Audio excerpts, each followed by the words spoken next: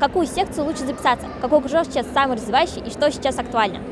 Перед началом учебного года со всем этим можно разобраться в одном месте.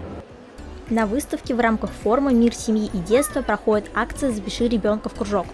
Здесь представлены более 100 учреждений дополнительного образования. Занятия песочной анимации. Рисуя песком, ребята учатся нестандартному и креативному мышлению, улучшают мелкую моторику, а также повышают стрессоустойчивость. Еще на выставке представлен нейрологопедический центр. Посетителям предлагают испытать на себе новое оборудование и выполнить такие упражнения, как управление своим телом, управление силой мысли, управление лазером. На первый взгляд задания простые, но это далеко не так. Ломается мозг, как говорят те, кто уже попробовал. Расскажи, пожалуйста, чем вы здесь занимаетесь?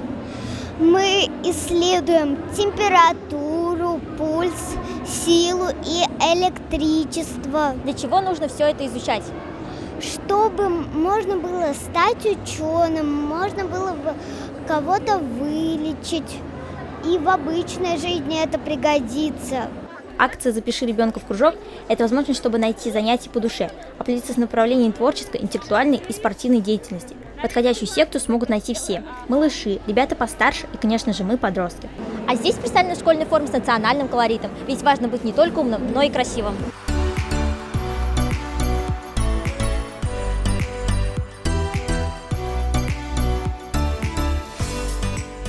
Также на выставке Национальная библиотека имени Ахмед Заки Валиди представляет семейную библиотеку и театр для маленьких зрителей.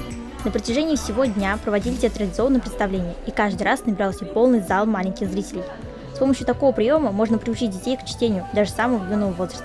Ведь нас, современных подростков, сложно чем-то удивить, а здесь на выставке многим это удается. Учащиеся могут изучить предложения детских центров, спортивных секций, музыкальных и художественных школ и сразу определиться с выбором дополнительного образования. Регина Галямова, Ренат Кашапов, специально для «Горы новостей».